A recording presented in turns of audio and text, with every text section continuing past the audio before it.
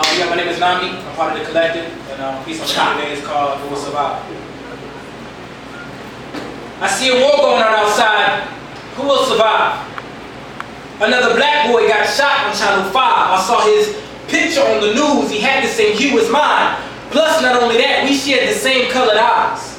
The news report said he lost his life when he was standing in a line, and that came as no surprise.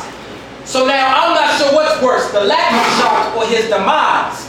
I think it's time that we stop and redefine black power, because the president may be ours, but sometimes don't it still feel like we just Negroes in their eyes?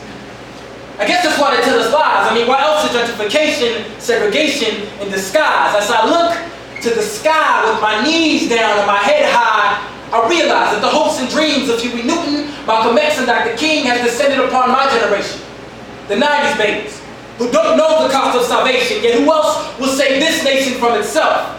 The land of the free that got rich off of slaves' wealth. You see,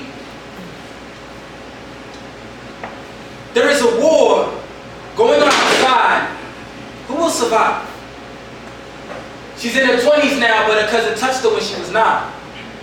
With no one to confide, she would cry every night, and he'd be right there by her side. Under the covers told her, shh, keep this undercover. Don't you dare tell your father or your mother. Fast forward a few years, now all the boys want her number. Unaware that she is bothered by powers beyond her control, she grew up in a house that never felt like a home. So whenever they lay with her, they are really just alone. And yeah, she's heard of love, it's just something she's never known.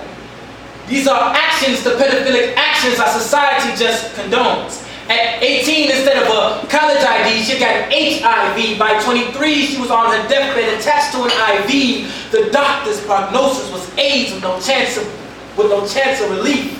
So if you see what I see, then you know what I mean by there's a war going on outside. Who will survive?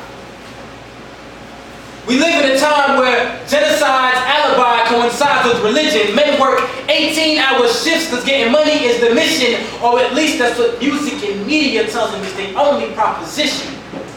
Until one day, mad at their lives, they beat their wives and blame it on their job description when it's really intuition, saying, yeah, you got your money, but all your dreams is missing.